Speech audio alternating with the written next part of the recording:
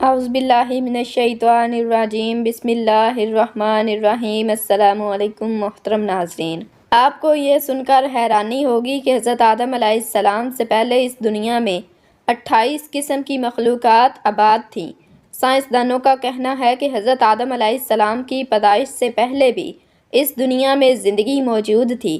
جنات کے بارے میں تو یہ سبھی جانتے ہیں کہ وہ انسانوں سے بھی پہلے اس دنیا میں آباد تھے۔ جنات پہاڑوں، میدانوں، ہر جگہ قبیلوں کی شکل میں آباد تھے۔ سائنسدانوں کا کہنا ہے کہ اس زمین پر حضرت آدم سے بھی پہلے کروڑوں سال تک ڈائناسور نے حکومت کی ہے۔ بہت عرصے تک وہ اس دنیا میں رہے اور پھر انسان کی آمد کے ساتھ ساتھ ڈائناسور کی نسل ختم ہوتی گئی۔ سوال یہ پیدا ہوتا ہے کہ یہ دنیا کیسے بنی؟ سب سے پہلے کس کو پیدا کیا گیا؟ زمین کو اللہ نے کب بنایا؟ اور آخر اللہ نے انسانوں کو پیدا ہی کیوں کیا؟ وہ کون سی 28 مخلوقات ہیں جو حضرت آدم سے پہلے اس دنیا میں آباد تھیں؟ ان سب سوالات کے جوابات جاننے کے لیے ویڈیو کو پورا لازمی دیکھیں۔ اس میں کوئی شک نہیں کہ زمین و آسمان بلکہ اس کائنات کی ہر چیز اللہ ہی نے پیدا فرمائی ہے۔ قرآن پاک میں اللہ تعالیٰ سورۃ الحدید آیت نمبر 4 میں ارشاد فرمایا، وہی ہے جس نے آسمانوں اور زمین کو 6 دن میں پیدا کیا، پھر عرش پر جلوہ فرما ہوا اور خوب جانتا ہے اس چیز کو جو زمین میں جائے اور جو اس سے نکلے، اور جو آسمان سے نیچے آئے اور جو کچھ اس میں چڑھ کر جائے، اور جہاں کہیں تم ہو وہ تمہارے ساتھ ہے، اور اللہ تمہارے اعمال کو دیکھ رہا ہے۔ اسی طرح اللہ تعالیٰ سورۃ الہود آیت نمبر 7 میں فرماتے ہیں، اور اللہ ہی وہ ذات ہے جس نے 6 دن میں آسمانوں اور زمین کو پیدا فرمایا، اور اس کا عرش پانی پر تھا۔ امام احمد بن حنبل نے روایت بیان کی ہے کہ رسول اللہ صلی اللہ علیہ وسلم سے کسی صحابی نے پوچھا، اے اللہ کے رسول صلی اللہ علیہ وآلہ وسلم، آسمانوں اور زمین کو پیدا کرنے سے پہلے ہمارا پروردگار کہاں تھا؟ آپ صلی اللہ علیہ وسلم نے فرمایا، امامی تھا، یعنی کہ اللہ کے سوا کچھ نہ تھا، نہ اس کے اوپر ہوا تھی اور نہ اس کے نیچے ہوا تھی، مطلب یہ کہ کچھ نہ تھا۔ پھر اس نے پانی پر اپنا عرش پیدا کیا، گویا یہ تھی مخلوق کی ابتدا۔ امام احمد، امام ترمذی، امام ابو داؤد اور بے شمار محدثین نے روایت بیان کرتے ہوئے کہا کہ رسول اللہ صلی اللہ علیہ وسلم نے فرمایا، بلا شبہ اللہ نے سب سے پہلے قلم کو پیدا کیا، پھر اللہ نے اس کو حکم دیا، چنانچہ وہ اسی طرح چل پڑا اور قیامت تک ہونے والی ہر چیز لکھ دی۔ یہ اللہ کا علم تھا کہ جس نے قلم کو اس کے حکم کے مطابق لوح محفوظ پر لکھا۔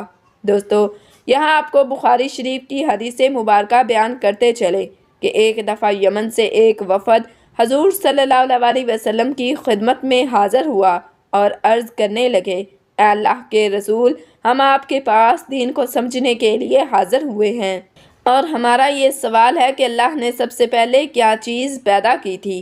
آپ صلی اللہ علیہ وسلم نے فرمایا، اللہ تھا، اس سے پہلے کوئی چیز نہ تھی، اس کا عرش پانی پر تھا، پھر اس نے لوح محفوظ پر ہر چیز لکھ دی اور آسمان اور زمین کو پیدا کیا، یعنی ابتدا میں پانی پر عرش کی تخلیق ہوئی، پھر قلم کی پیدائش ہوئی، اس نے سب کچھ لکھ دیا۔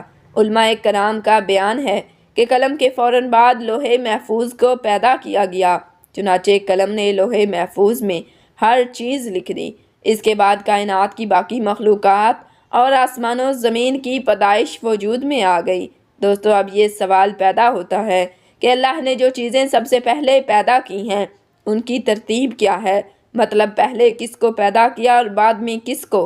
تو اس بارے میں مسلم شریف میں ابو ہریرہ رضی اللہ تعالیٰ عنہ سے روایت ہے کہ نبی اکرم صلی اللہ علیہ وسلم نے میرا ہاتھ پکڑا اور فرمایا، اللہ نے ہفتے کے دن مٹی کو پیدا کیا، اتوار کے دن زمین اور پہاڑ، پیر کے دن درخت، منگل کے دن تخلیف، مصائب، جراثیم اور بیماریاں، بدھ کے دن نور کو، جمعرات کے دن زمین میں چوپایوں کو پھیلا دیا، اور تمام مخلوقات میں جمعہ کے دن کی آخری گھڑیوں یعنی عصر سے رات کے درمیان آدم علیہ السلام کو پیدا کیا۔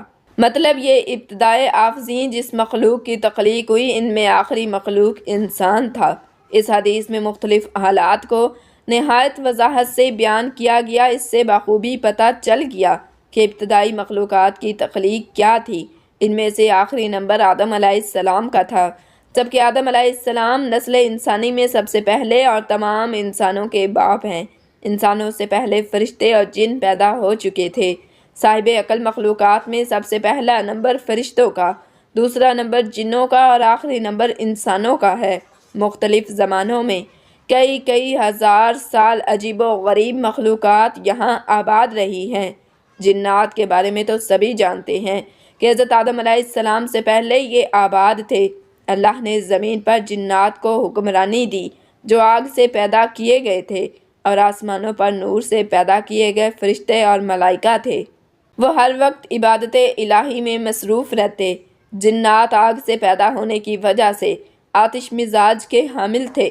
سرکشی، بغاوت، دنگا فساد اور خون ریزی ان کی سرشت میں شامل تھی۔ جب زمین پر جنات کا لڑائی جھگڑا حد سے بڑھ جاتا تو اللہ ذوالجلال آسمانوں سے فرشتوں کے لشکر بھیجتے جو ان سرکش جنات کو مار مار کر سمندری جزیروں اور ویران پہاڑی علاقوں میں بھگا دیتے۔ ایسی ہی ایک خون ریز لڑائی کے دوران فرشتوں کو ایک ویرانے میں جنات کا ایک معصوم سا بچہ روتا ہوا ملا۔ اس کے والدین شاید جنات کی جنگ میں کام آ چکے تھے۔ فرشتوں کو اس معصوم صورت جن بچے پر ترس آ گیا، چنانچہ رب کائنات کی اجازت سے فرشتے اس بچے کو آسمانوں پر لے آئے۔ جب وہ اللہ تعالیٰ کی عطا کردہ ذہانت کی بنا پر بہت جلد معلم الملکوت کے نام سے پکارا جانے لگا۔ سعید بن مسیب رحمۃ اللہ علیہ فرماتے ہیں کہ یہ آسمانی دنیا میں فرشتوں کا سردار تھا۔